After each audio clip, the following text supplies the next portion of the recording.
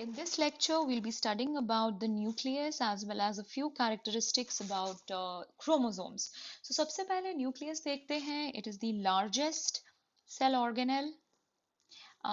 It was first observed by Leeuwenhoek, but he's not the one who's usually credited with the discovery because he just saw it. He didn't really understand much about it, and he saw them in the RBCs of fishes. And the person who's actually credited with its proper study and discovery is Robert Brown. So question ध्यान से पढ़ना अगर आए first time किसने देखा था so then it will be Leeuwenhoek but if it says who's credited with or who discovered the nucleus then it would be Robert Brown, and Robert Brown studied the nucleus in the orchid root cells. Okay, so this was somewhere in 1831. Now, talking about in which type of cells nucleus is present, we all know that they are present in all eukaryotic cells. Again, exceptions कौन-कौन से होते हैं? One is the RBCs, and the RBCs of mammals. इनके अंदर nucleus नहीं होता, as well as they are absent in the mature sieve cells of vascular plants. That means the plants which have a vascular system of xylem and phloem, उनके phloem में जो mature sieve cells होते हैं, they do not have the nucleus. So यही दो एक exceptions हैं. इनके अलावा all eukaryotic cells have the nucleus. Instead इनके अंदर भी nucleus initial stages में होता है, बाद में disappear हो जाता है. So nucleus is the main organelle which is carrying all the hereditary information. इसके बारे में भी एक साइंटिस्ट का नाम लिख लो, Hammerling. So Hammerling in 1953 was credited with actually proving that जो hereditary material है वो nucleus के अंदर होता है. So he worked on Acetabularia. So although obviously अभी हम इनके पूरे experiment की details में नहीं जाएंगे, but you should know these little things that he was the one who proved that nucleus is controlling the heredity, and he worked on Acetabularia. आगे देखते हैं कि न्यूक्लियस का नंबर क्या होता है. अगर हम नॉर्मल सेल्स देखें so mostly all cells are uninucleate, but इसके अंदर भी कुछ एक्सेप्शंस होते हैं, जैसे पैरामीशियम है. So we studied that paramecium में दो न्यूक्लियाई होते हैं, एक बड़ा होता है एक छोटा होता है. सो पैरामीशियम इज एक्चुअली बाइन्यूक्लिएट. इसके अलावा हमने बहुत सारे सेल्स पढ़ लिए हैं जो मल्टी न्यूक्लिएटेड होते हैं, जिनमें एक से ज़्यादा न्यूक्लियस होते हैं. सो अभी आपके दिमाग में कुछ एग्जांपल्स आ गए होंगे अगर आपने पिछले लेक्चर्स देखे हैं. So one such cell is the skeletal muscle cell. इसके अलावा अगर आपको याद हो, हमने स्लाइम मोल्ड्स पढ़े थे, उनके अंदर जो ए सेलुलर स्लाइम मोल्ड्स होते हैं वो कितना बड़ा सा एक स्ट्रक्चर बनाते हैं जिसमें बहुत सारे न्यूक्लियाई होते हैं. ठीक है, सो बहुत सारे एग्जाम्पल्स हैं, मैंने दो लिख दिए हैं. अगर हम न्यूक्लियस की पोजीशन की बात करें, so since it is the main controlling centre, so mostly ये ऐसे पोजीशन में होता है जहाँ पर मैक्सिमम मेटाबॉलिक एक्टिविटी को कंट्रोल कर सके. So this is mostly the geometric centre of the cell. जो भी एग्जैक्ट सेंटर पड़ता है सेल का वहीं पर होता है. बट ऑब्वियसली हम जब प्लांट सेल्स में देखते हैं, सो प्लांट्स के अंदर it is pushed to the periphery, and it is pushed to the periphery because of the presence of the very large vacuole inside it. इसी तरह पेरिफेरी में ही अगर हम एक और एग्जांपल देखें, अगर एनिमल सेल्स का देखें, सो जो एडिपोसाइट्स होते हैं जिनके अंदर फैट का ग्लोब्यूल होता है, उसके अंदर भी हमने देखा है न्यूक्लियस एक साइड पे पुश हो जाता है बिकॉज बीच में एक बहुत बड़ा सा फैट का ग्लोब्यूल आता है.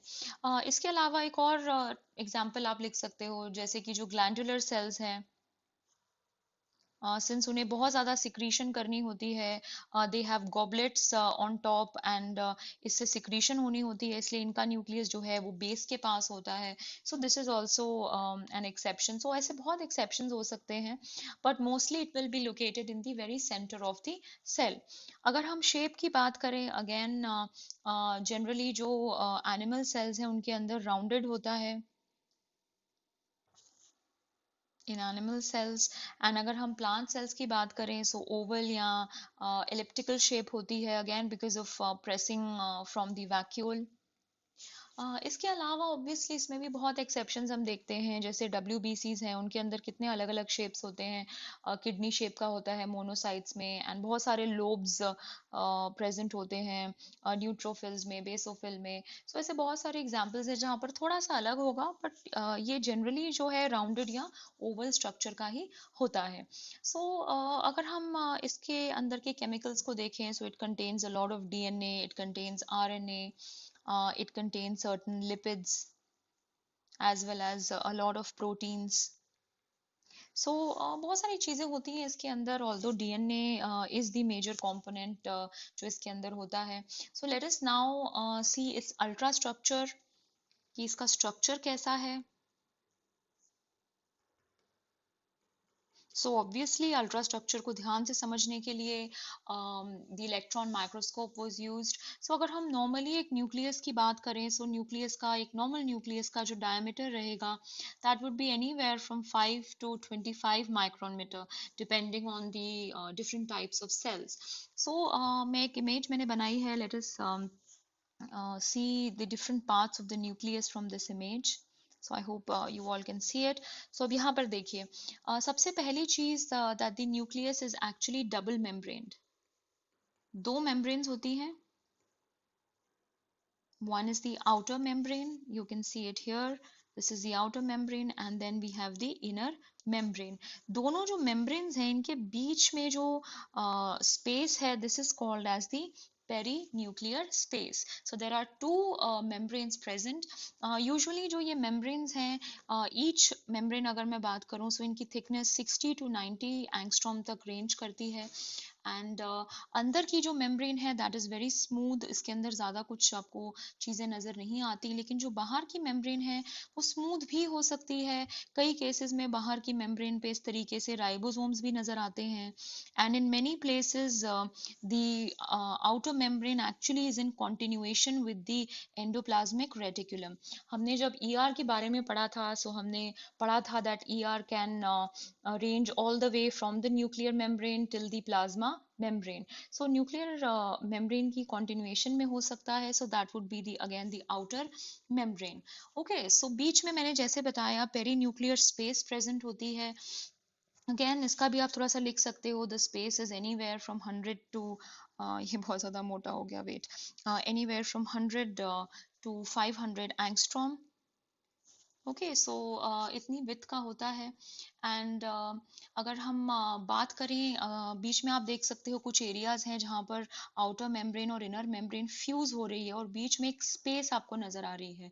सो ये जो स्पेसेस हैं, these are called as nuclear pores. बहुत नंबर होता है इनका, almost 10% of the membrane which is quite a lot is covered by the nuclear pores. So मैंने ये डायग्राम में आपको काफी सिंपल पोर्स नजर आ रहे होंगे, but they can be many different types of pores present. Some would be simple like this. कुछ ऐसे पोर्स होते हैं which are called as annulated pores. Annulated pores मतलब यहाँ पर मैं आपको थोड़ा सा एक डायग्राम दिखाती हूँ. Some pores can have like cylinders like this. Outer ring structures होते हैं, इनर रिंग स्ट्रक्चर्स होते हैं. These are called as the annulated pores. इसके अलावा कुछ पोर्स होते हैं जिनके अंदर सेप्टम प्रेजेंट होता है. देर आर सम पोर्स जिनके अंदर कुछ वेसिकल जैसे स्ट्रक्चर अटके हुए होते हैं. I can show one here. इस तरीके से एक वेसिकल जैसा स्ट्रक्चर अटका हुआ होगा. This is called as a bleb. इसके अलावा in some of them there are simple electron dense material plugging the structure. So basically अलग अलग प्लग्स इसलिए प्रेजेंट होते हैं because they are, what you think would be the very basic function of nuclear pores, simply to allow certain materials to cross and not allow others. So इसीलिए इतने type के pores present होते हैं, septum है, annulated है, काफी protein से ये पोर्स बने हुए होते हैं. And these proteins are called as nucleoporins. तो यहाँ इनका नाम लिख देती हूँ. Special proteins which make up these nuclear pores, नाम भी इनका वैसा ही है, न्यूक्लियोपोरेंस. ठीक है, so it's easier to remember the name nuclear pores. So इन्हीं से ये स्ट्रक्चर्स बनते हैं. एंड मोस्टली जो न्यूक्लियर पोर्स हैं they are called as nuclear pore complex, because इतने कॉम्प्लेक्स स्ट्रक्चर्स इनके होते हैं. So at your level this much is enough for you. आप आगे जब पढ़ाई करोगे so you will find even more depth of these structures in your syllabus. So function is what I've just discussed, to allow certain materials to cross and to stop certain materials from crossing. आगे चलते हैं. बीच का अगर आप देखोगे, इसका अंदर का जो पूरा मटेरियल है that is the nucleoplasm. So nucleoplasm is similar to the cytoplasm. फर्क ये है कि ऑब्वियसली ये स्ट्रीमिंग मूवमेंट शो नहीं करता. हमने साइटोप्लाज्म में पढ़ा था कि साइटोप्लाज्म अंदर घूमता रहता है, स्ट्रीम करता है, but nucleoplasm does not stream. इसके अलावा ऑब्वियसली इसके अंदर के जो प्रोटीन्स हैं, एंजाइम्स हैं, वो थोड़े डिफरेंट होते हैं. कुछ एंजाइम्स जो हैं, डीएनए पॉलीमरेज होता है. This is required obviously during the replication of DNA. There is RNA polymerase enzyme present which is important during transcription. So जो इसके functions हैं अंदर के DNA के, उसी से related enzymes न्यूक्लियोप्लाज्म में मिलते हैं. आगे चलते हैं. Next thing that you'll see inside the nucleus is the nuclear matrix. So यहाँ पर मैं आपको दिखाती हूँ what is a nuclear matrix. Nuclear matrix, तो इसके अंदर मैंने बना नहीं रखा है. I will make it now so that you understand better. So इस तरीके के बीच बीच में स्ट्रक्चर्स प्रेजेंट होते हैं जो मैं ग्रीन कलर से बना रही हूँ. सो this is the nuclear matrix. Nuclear matrix basically fibril से बना होता है. यहाँ पर लिख देती हूँ. It is made up of fibrils and these fibrils are basically acid proteins. सो ये एक स्ट्रक्चरल सपोर्ट देते हैं इस पूरे न्यूक्लियस के अंदर, जिससे कि अंदर जो क्रोमैटिन मटेरियल है, जो क्रिस क्रॉस क्रोमैटिन मटेरियल आपको नजर आ रहा है, उसको अटैच होने के लिए एक जगह मिले. So it acts as a scaffold. Scaffold मतलब अटैचिंग पॉइंट. स्कैफोल्ड को थोड़ा आसानी से समझाऊं तो अगर आपने देखा हो कभी जहाँ पर कोई बिल्डिंग बन रही होती है, तो बिल्डिंग बनने से पहले वहां पे इस तरीके का एक मेटल का खाका खड़ा किया होता है, जिसके ऊपर चढ़ के जो लेबरर्स हैं वो काम करते हैं. इससे बिल्डिंग को अटकाए रखने के लिए, रोके रखने के लिए, जब तक कि वो पूरी नहीं बन जाती, एक सपोर्ट मिलता है. So that is scaffold. So यहाँ पर ये भी जो मैट्रिक्स है ये स्कैफोल्ड बना रहा है. ठीक है. So that is why it is so important. अब यही न्यूक्लियर मैट्रिक्स का ही एक पार्ट है जो मैंने येलो कलर में दिखाया है. This is called as the nuclear lamina.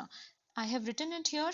Nuclear lamina is a part of the nuclear matrix, but it is located directly underneath the nuclear envelope. Please remember this. Nuclear lamina exactly nuclear envelope के नीचे situated होता है. So nuclear lamina is made up of lamins, and lamins are types of intermediate filaments. याद होगा जिस chapter में, जिस lecture में हमने intermediate filaments पढ़ा था, I told you that they are a very important structural component of the nucleus. So यहीं पर हम वो पढ़ रहे हैं.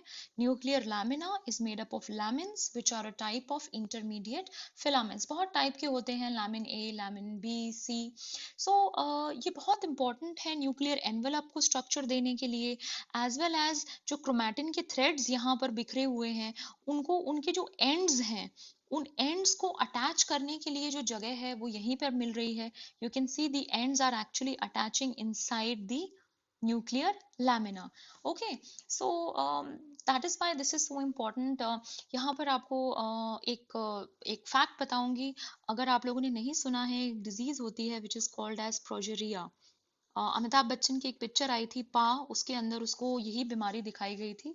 सो progeria is a disease in which person gets old very very fast, इतनी फास्ट कि जब बच्चा बिल्कुल इन्फेंसी में होता है, इन्फेंट स्टेज में होता है, तभी उसमें एजिंग स्टार्ट हो जाती है. सरप्राइजिंगली इस डिसीज में जो एवरेज एज है वही 13 ईयर्स है बस.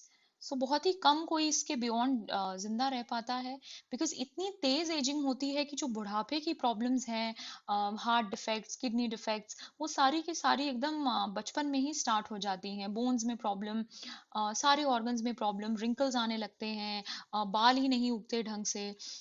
सो बोनी सी अपीयरेंस होती है, very much like a person who is very old. So surprisingly इतनी डेंजरस डिजीज जिसका कोई भी क्योर नहीं है, एंड जिससे इतनी जल्दी it proves to be fatal. So ये जो बीमारी है, this happens only because of a problem in the lamins. ठीक है, क्योंकि लैमिन में प्रॉब्लम होती है, जो नॉर्मल न्यूक्लियस होना चाहिए जिसको नीचे से सपोर्ट दे रहा है लैमिन, वो न्यूक्लियस की जो शेप है वो थोड़ी सी टेढ़ी मेढ़ी हो जाती है. इस वजह से वो ढंग से डिवाइड नहीं हो पाता, डिवीजन में प्रॉब्लम आती है, and slow division and improper division की वजह से बिल्कुल एक बहुत ही ज़्यादा ओल्ड इंसान जैसा प्रॉब्लम्स जो हैं वो बॉडी में आने लगती हैं. सो this is the name of the disease, progeria. Okay. So I hope that you've understood how important these lamin structures are. So lamin के यहाँ पर मैं again functions लिख देती हूँ. So lamin क्या? These are functions of matrix as a whole. So these provide a scaffold for the chromatin. They also provide attachment sites. And जो attachment sites हैं किसके लिए? Telomeric parts. Telomeric पार्ट्स का मतलब है and parts of the chromatin. ये chromatin है अगर, तो इसके जो ये एंड्स हैं, these are called as telomeric parts. So telomeric parts की अटैचमेंट के लिए हेल्प करता है. Obviously it provides a mechanical strength to the nuclear envelope और द न्यूक्लियर मेम्ब्रेन. सो नीचे उसके होता है इंटरमीडिएट फिलामेंट्स हैं, that is why it provides a structural support. और इसके अलावा काफी बार यही जो आपको लैमिन नजर आ रहा है, you can C certain places it will also be an important part of the nuclear pore complex. So nuclear pore complex में भी कई बार ये एक्सटेंड करता है. सो यहाँ पर ये भी लिख देती हूँ, it acts as a component of nuclear pore complex. Okay. So these are some important functions of the nuclear matrix. अब आगे चलते हैं. नेक्स्ट चीज जो हम डिस्कस करेंगे दैट इज द क्रोमैटिन. सो यहाँ पर आपको क्रोमैटिन नजर आ रहा होगा. These gray structures that I have drawn in between, you can see them here. So this is the chromatin. Chromatin के बारे में थोड़ा सा पढ़ते हैं. So chromatin basically forms the chromatin reticulum. Reticulum का मतलब है एक नेटवर्क बनाता है, and this is in the normal resting stage of the nucleus. अभी हम जो भी न्यूक्लियस के बारे में पढ़ रहे हैं that is in the resting stage. जब न्यूक्लियस डिवाइड हो रहा होगा तो वो बहुत डिफरेंट लगेगा, उसमें बहुत सारे चेंजेस आएंगे. सो अभी हम बिल्कुल बेसिक स्ट्रक्चर की बात कर रहे हैं. सो यहाँ पर क्रोमैटिन जो है वो एकदम थ्रेड लाइक नेटवर्क फॉर्म करता है. एंड यहाँ पर let me quickly come back to this diagram. You'll notice कि इस तरीके के रेटिकुलम के साथ साथ बीच बीच में डेंस से स्ट्रक्चर्स भी आपको नजर आ रहे होंगे. ये थ्रेड लाइक स्ट्रक्चर्स हैं और इनके ऊपर ऐसे डेंस से रीजन्स, ग्रैन्यूल्स जैसे रीजन्स आपको नजर आ रहे हैं. सो ये जो थिन स्ट्रक्चर्स हैं these are called as euchromatin, और जो ये थिक डेंस स्ट्रक्चर्स आपको नजर आ रहे हैं दिस इज द हेटेरोक्रोमैटिन. ये दोनों की डिफरेंशिएशन जो है वो बहुत जरूरी है, इसीलिए मैं अलग से आपको लिखवा रही हूँ. This will help you in your notes also. So let us differentiate between euchromatin and heterochromatin. So सबसे पहली चीज, it is narrower वो आपको डायग्राम में नजर आ रहा है। इसका जो डायामीटर है 10 to 30 नैनोमीटर्स होता है, whereas जो हेट्रोक्रोमैटिन है it is wider, it is thicker, so उसका जो डायामीटर है अप्रोक्सीमेटली 100 नैनोमीटर्स तक होता है। यूक्रोमैटिन जो है अगर हम उसको स्टेन करेंगे सो वो लाइटली स्टेन होगा, लाइट नजर आएगा, whereas heterochromatin will be darker stained. Euchromatin अभी हमने देखा काफी डिफ्यूज्ड है, स्प्रेड आउट है, whereas जो हेट्रोक्रोमैटिन है दैट इज कंडेंस्ड, कुछ पॉइंट्स पे आपको कंडेंस हुआ हुआ नजर आ रहा है। अगेन एक और स्ट्रक्चरल कंपोनेंट यही है कि यूक्रोमैटिन फाइब्रस होता है, whereas हेट्रोक्रोमैटिन जो है वो ग्रैन्यूल्स बनाता है, so it is granular. Euchromatin actually forms the bulk of chromatin. That means ज्यादा अमाउंट में यूक्रोमैटिन प्रेजेंट होता है, whereas अगर हम हेट्रोक्रोमैटिन की बात करें so this is only present in certain areas. Okay आगे देखते हैं। अब हम आते हैं कि ये दोनों चीजें हैं क्या, अभी तक मैंने ये नहीं बताया आपको। अभी हमने इनके स्ट्रक्चर्स तो देख लिए। यूक्रोमैटिन बेसिकली बनता है एक्टिव जीन्स से, इसके अंदर जो जीन्स है वो एक्टिव होती हैं, दैट मीन्स एक्टिवली ट्रांसक्रिप्शन चलता है इसके अंदर। जो जीन्स उस समय सेल यूज कर रहा है that would be found in the euchromatin, whereas अगर हम हेट्रोक्रोमैटिन की बात करें so active genes are absent here. यहाँ पर वो जीन्स हैं जो ट्रांसक्राइब नहीं हो रही, they are silent and they are not being used by the cell. So it has DNA जिसके अंदर या तो जीन्स हैं ही नहीं, और अगर है भी तो वो साइलेंट है, उनके अंदर किसी टाइप का ट्रांसक्रिप्शन नहीं हो रहा, वो फंक्शनल नहीं है। अब हम बात करते हैं किस तरीके के इफेक्ट पड़ते हैं। सिंस यूक्रोमैटिन डिफ्यूज्ड है, ज्यादा टाइटली पैक्ड नहीं है, इसीलिए it is easily affected by many factors like you can write pH, you can write temperature, even by hormones in the body. So इन सब चीजों से यूक्रोमैटिन इफेक्ट होता है, whereas अगर हम हेट्रोक्रोमैटिन की बात करें so it is not affected because it is very highly condensed. Okay जब सेल डिवीजन हो रहा होता है सो दिस रेप्लिकेट्स, जब रेप्लिकेशन होती है डीएनए की so this replicates early, whereas this replicates very late.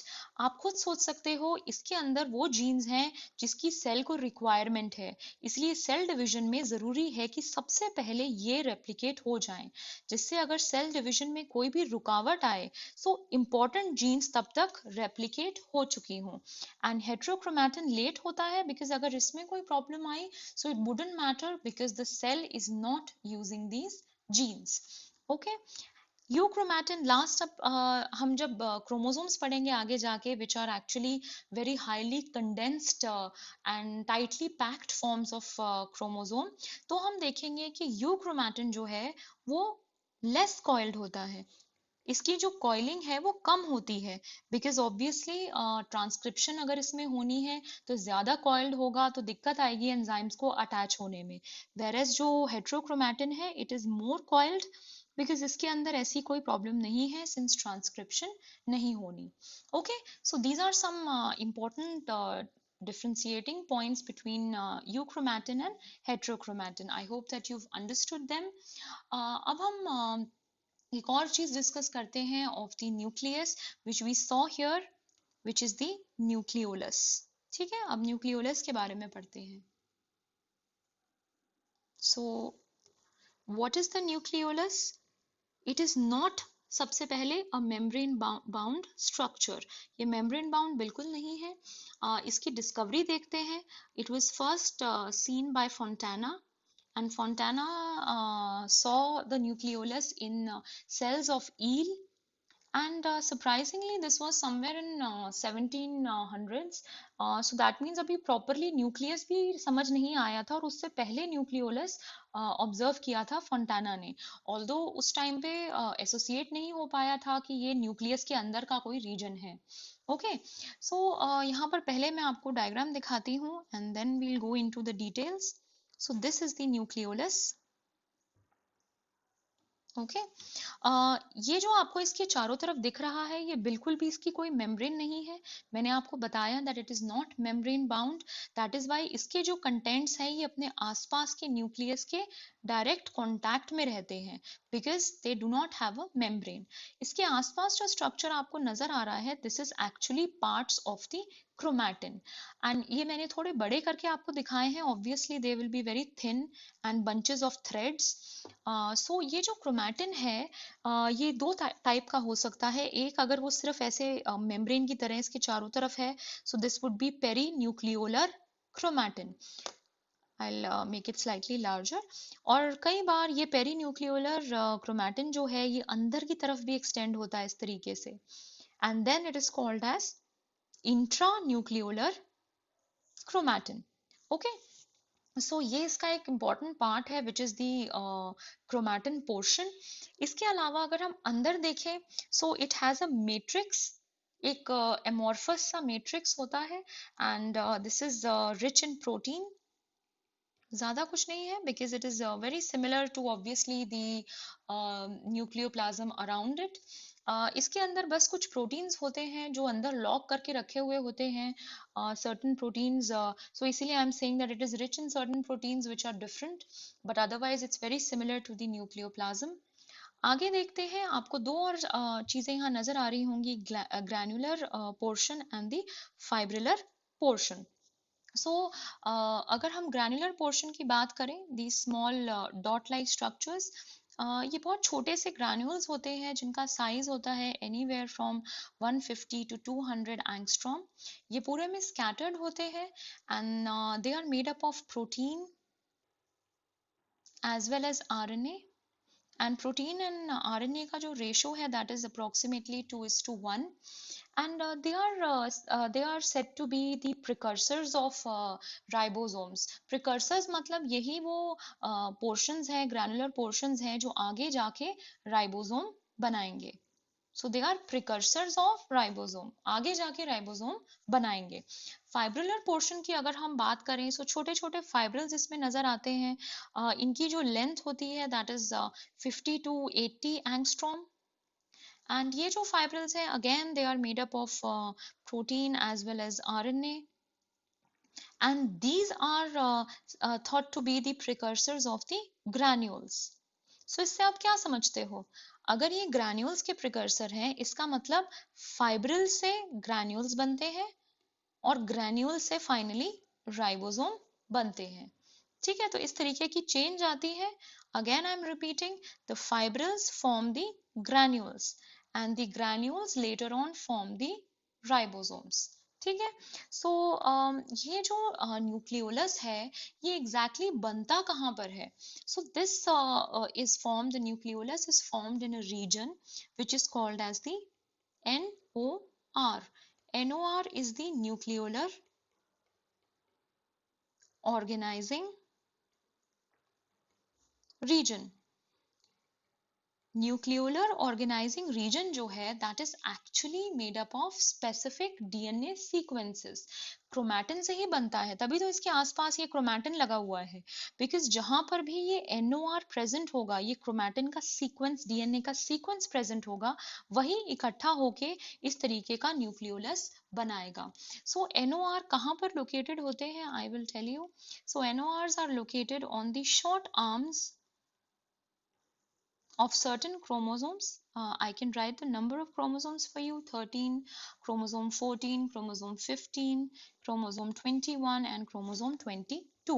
So I've told you this for your information, although इतनी depth में question is very very rare.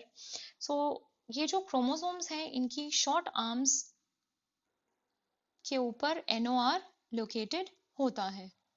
Okay. So ये DNA का जो sequence है, इसी की वजह से जो न्यूक्लियोलस है वो ऑर्गेनाइज हो जाएगा inside the nucleus. So commonly there can be 1 to 4 nucleoli present in a single nucleus, but एक एक्सट्रीम केस बताती हूँ of Xenopus. Xenopus are types of amphibians जिनके जो oocytes हैं उनके अंदर 1600 न्यूक्लियोलाई भी मिलते हैं। That means 1600 nucleoli in the nucleus. So this is an exception an extreme fact. Otherwise, mostly their number is anywhere from 1 to 4. Okay, so although NOR की वजह से ये बनते हैं, but calcium seems to play a very very important role in maintaining the structure, जिससे ये खराब ना हो. यहाँ पर let me write the functions of nucleolus. So functions अभी आप इस पूरे स्ट्रक्चर को देख के सबसे पहला और सबसे इम्पोर्टेंट जो इसका एक मेन फंक्शन है, that is the development of ribosomes. So ribosomes को बनाने के लिए जो राइबोसोमल आरएनएस बनते हैं, आरआरएनए बनता है, that is inside the nucleolus. Parts of the rRNA are formed inside the nucleolus, and therefore it is thought to be very very important in functioning for the center of formation of ribosomes. Okay, इसके अलावा it is also helping in storage of nucleoproteins. काफ़ी ऐसे proteins हैं जो कि nucleus के लिए ज़रूरी हैं, बट पूरे टाइम ज़रूरी नहीं है. सो ये एक्चुअली में इसके अंदर स्टोर करके रहते हैं, कंडेंस होके रहते हैं inside the nucleolus. So this is also a function of the nucleolus. Okay, so these are all the different parts of the nucleus. अगर हम overall functions देखें of nucleus, so क्या क्या functions हैं? सबसे पहले it has chromatin, which means it has the hereditary material. It contains the genetic information. और इसी की वजह से the particular characteristics are transferred from one generation to the other. इसके अलावा all different cellular activities are performed because of the nucleus. जो metabolic activities हैं, सब कुछ इसी की वजह से होता है. The ribosomes are assembled because of the nucleus, because it houses the nucleolus.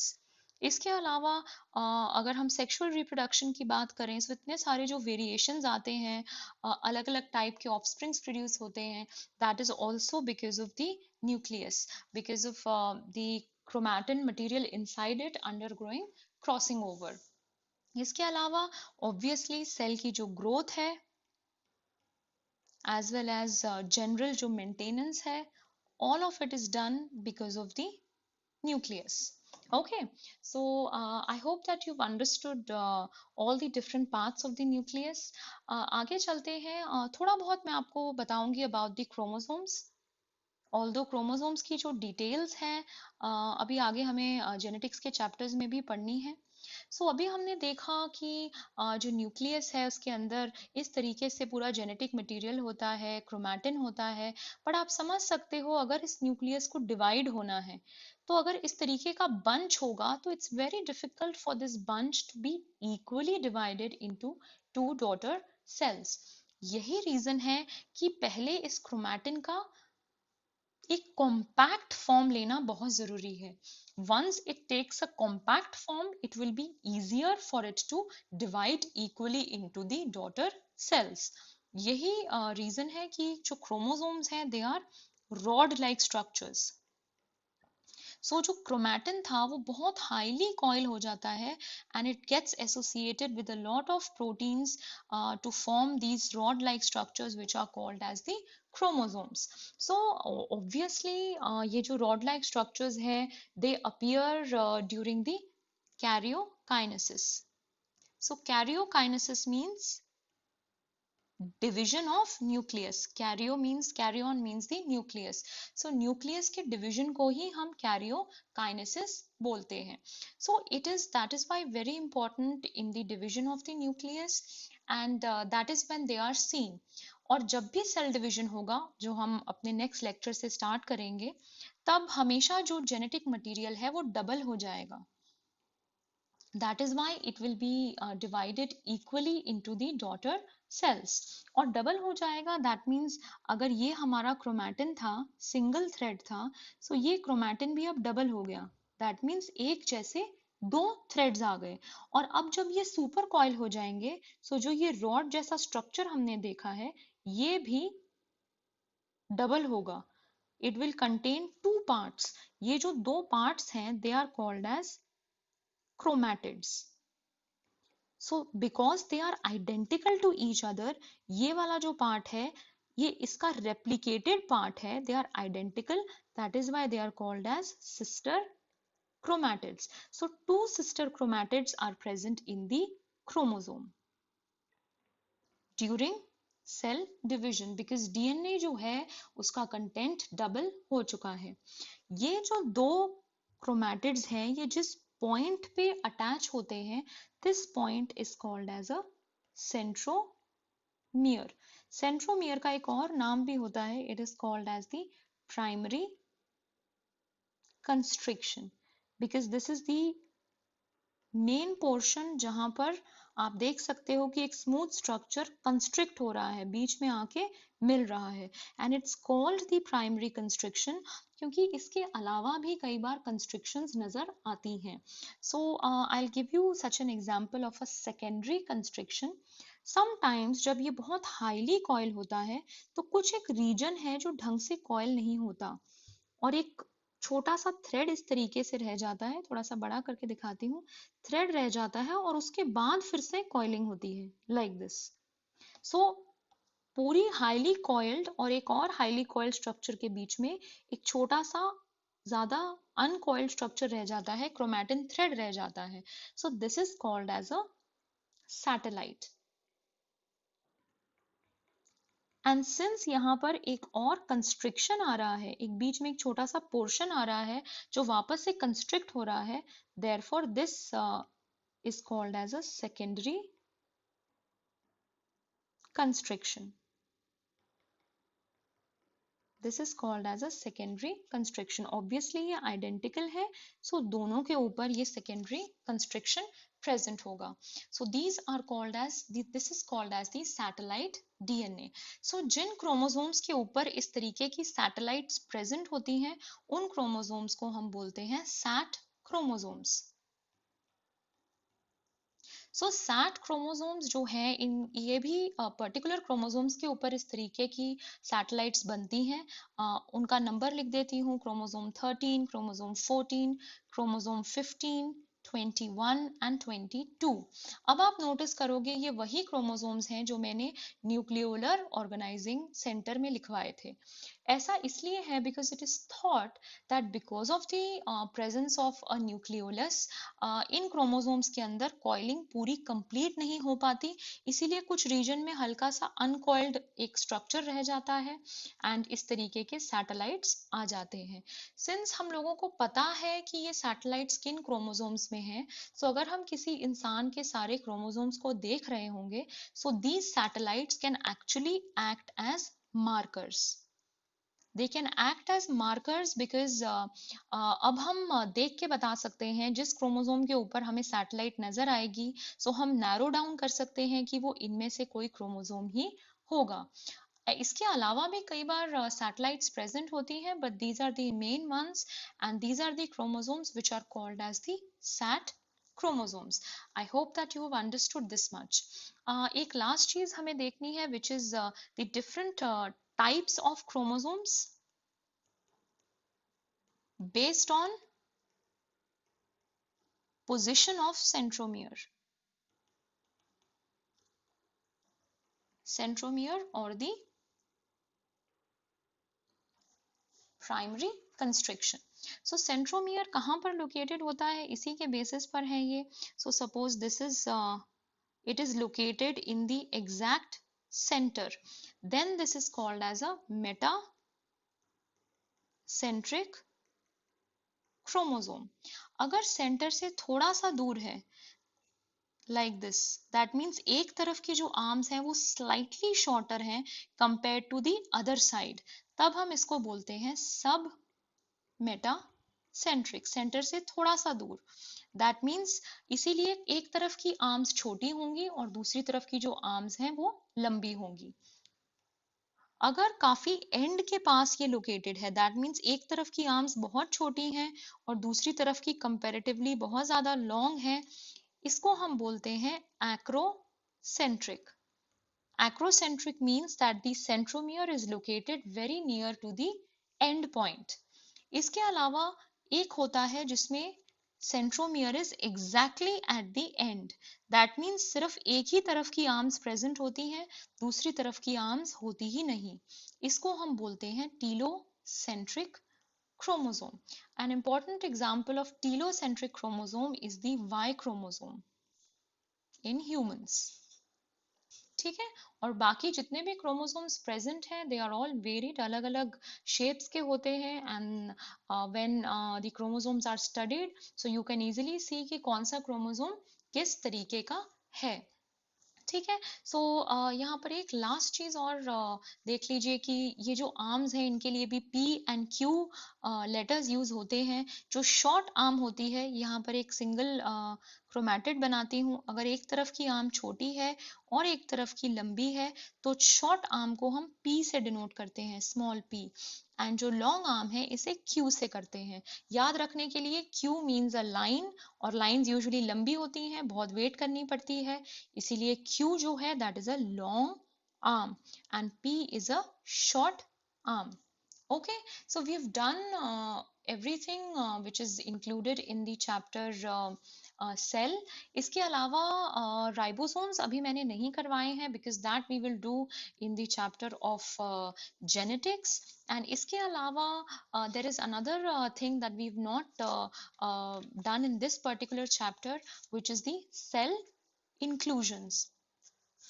Cell inclusions इसीलिए यहाँ पर मैं नहीं करवा रही हूँ, ऊपर मैंने लिंक दिया है, आप क्लिक कर सकते हो। सेल इंक्लूजन्स प्रोकैरियोट्स में ज़्यादा इम्पॉर्टेंट होते हैं और हमने अच्छे से पढ़े भी हैं, सो ऊपर लिंक है, you can click on it and revise them from there.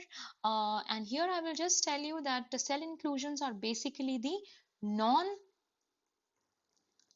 substances which are present in the cell. ये लिविंग नहीं होते, इनका एक और नाम होता है, they are also called as orgastic bodies. And अगर हम यूकैरियोट्स में देखें सो these can be reserve food और they can be excretory products जो अभी तक सेल से नहीं निकाले गए हैं, और they can also be secretory products जो निकाले जाने वाले हैं, or simply they can be mineral matter which is just found in the cytoplasm. So they are the non-living substances, they are not organelles, that is why they are said to be cell inclusions. उसके अंदर included होते हैं but they are non-living. Okay, so we've covered all the topics in this chapter. I hope that you've understood it well. In my next lecture I will begin with the cell cycle.